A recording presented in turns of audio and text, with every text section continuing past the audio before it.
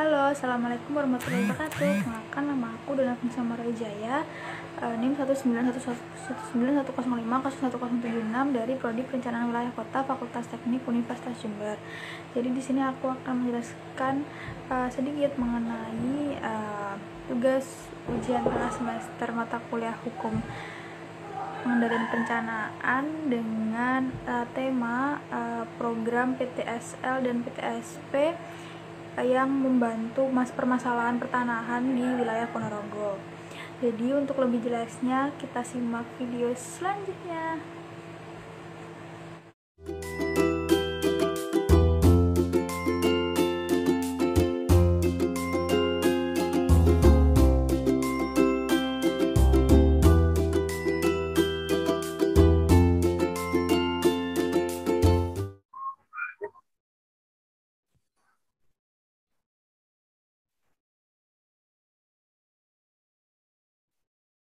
Jadi sebelumnya di sini perkenalkan, nama aku Dona Finsa Marajaya, NIM 19105011056 dari kelas B Prodi Perencanaan Wilayah dan Kota Fakultas Teknik Universitas Jember. Di sini akan menjelaskan mengenai program PTSL dan PTSP di Ponorogo.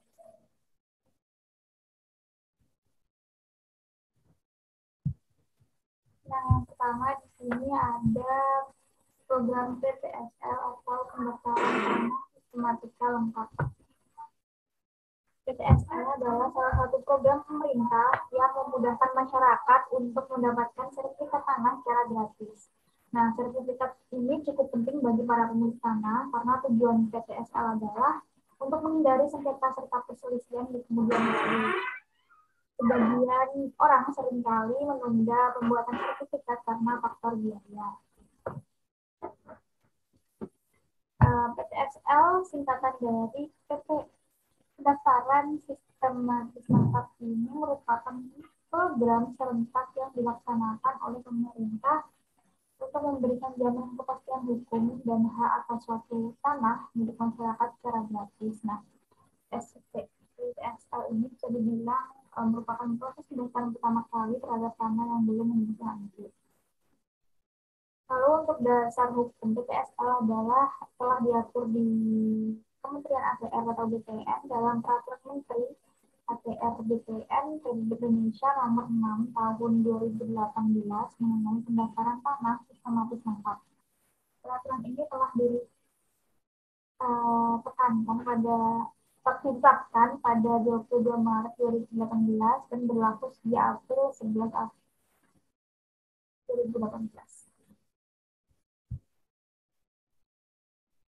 Selanjutnya untuk syarat dari pengajuan PTSL. Meskipun program ini bisa diikuti oleh seluruh lapisan masyarakat, namun ada beberapa yang harus dilengkapi. Syarat ini yang dapat menentukan apakah Anda lolos sebagai penerima PTSL gratis dari pemerintah. Syarat-syarat pengajuan PTSL adalah yang pertama kartu keluarga dan kartu identitas berupa KTP. Yang kedua surat permohonan pengajuan serta PTSL. Yang ketiga, pemasangan tanda batas tanah yang telah disepakati dengan pemilik tanah yang berbatasan. Yang keempat, buku surat tanah atau letter fee, akte jual beli, akte hibah, atau berita acara kesaksian. Dan yang kelima merupakan bukti setor dan BPHTB dan PPH. Lalu bagi masyarakat berpenghasilan rendah yang dibebaskan dari keduanya.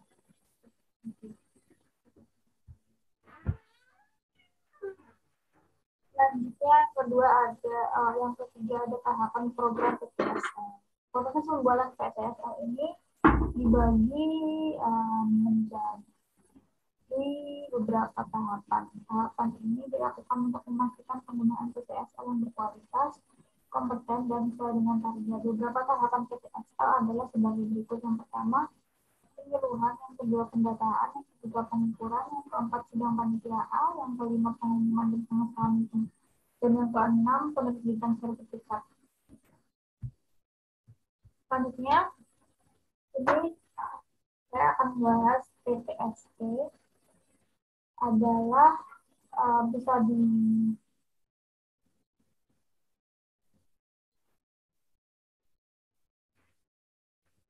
Kepanjangan dari PTSP merupakan pelayanan terpadu satu pintu atau bisa disingkat dengan PTSP. Ini merupakan kegiatan penyelenggaraan suatu perizinan dan perizinan yang mendapat pendelegasian wewenang dari instansi yang memiliki kewenangan yang proses pengelolaannya dimulai dari tahap permohonan sampai dengan tahap terbitnya dokumen yang dilakukan dalam satu tempat. Definisi ini tercantum dalam Undang-Undang Nomor 25 Tahun 2007 tentang penanaman modal. Nah, di sini saya sudah mengangkat sebuah studi kasus yaitu tentang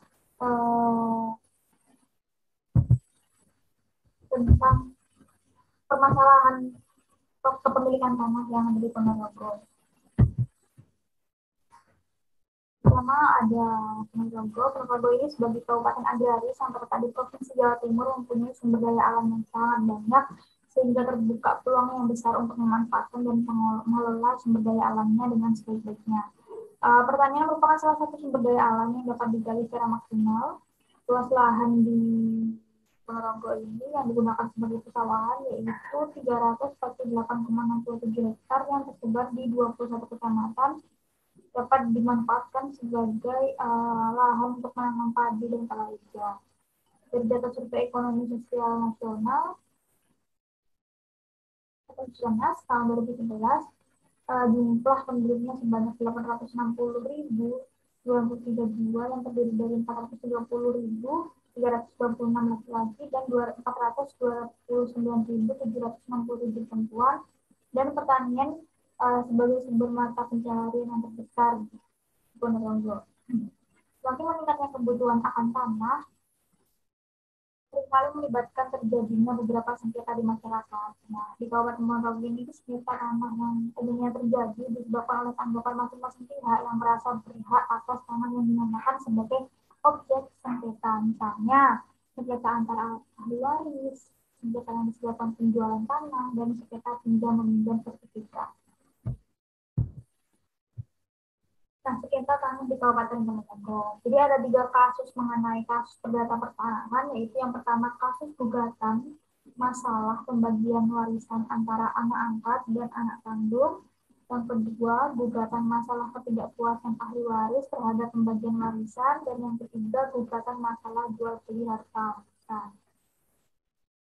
Jadi kasus ini terjadi di Desa Polorejo. Polorejo ini merupakan desa yang mayoritasnya penduduknya bermata pencaharian sebagai petani. Nah, lahan yang ada di desa ini cukup luas, yaitu 265.339 hektar per meter, terbagi dalam tanah irigasi 176.970 hektar per meter, tanah irigasi tanah teknis 97.750 hektar per meter.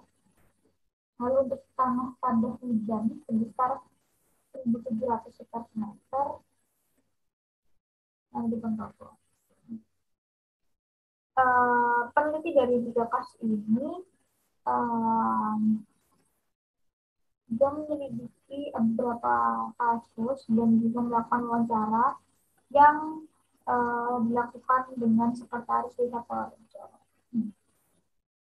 Nah, selain dari desa Polorejo, di desa Bipolo ini juga terdapat permasalahan, yaitu permasalahan tanah biasanya merupakan masalah warisan, hibah, perubatan harta bersama, dan jual beli tanah. Nah, menurut sekretaris desa di desa Bipolo ini tidak diarsip mengenai permasalahan tanah yang ada di desa Bipolo.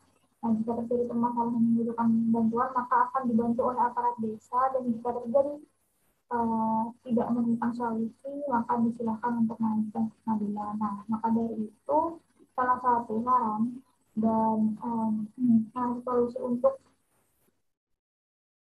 menyelesaikan permasalahan tersebut yaitu dengan menggunakan atau mengikuti program PTSL atau PTSP agar tanah-tanah yang merupakan tanah sengketa ini bisa langsung dibuat sertifikat agar tidak menimbulkan permasalahan.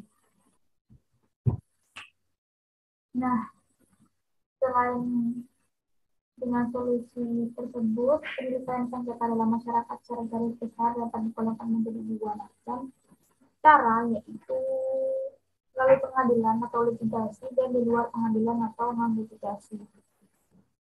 Untuk penyelesaian sengketa di luar pengadilan yang sering dilakukan masyarakat meliputi negosiasi dan melibatkan dua belah pihak yang berkepentingan, mediasi, suatu penyelesaian sengketa di mana para pihak yang bersinggungan memanfaatkan pihak ketiga yang independen sebagai mediator penengah. Fasilitas yang melibatkan lebih dari dua pihak yang biasanya membantu pihak yang berperkara dengan cara mencari jalan keluar secara bersama.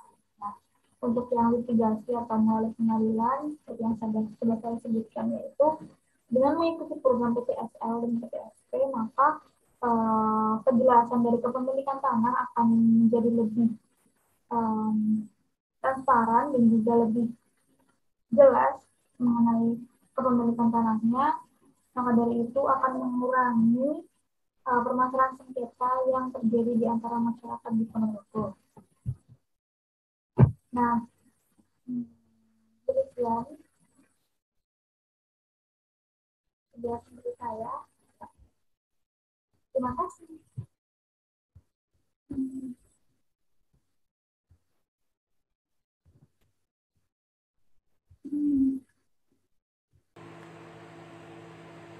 Oke, demikian merupakan pembahasan mengenai PTSP dan PTSL yang ada di Ponorogo. Semoga video ini bermanfaat. Apabila ada salah dan kurangnya, saya mohon maaf yang sebesar-besarnya. Terima kasih sudah menonton. Wassalamualaikum warahmatullahi wabarakatuh. See you di next video.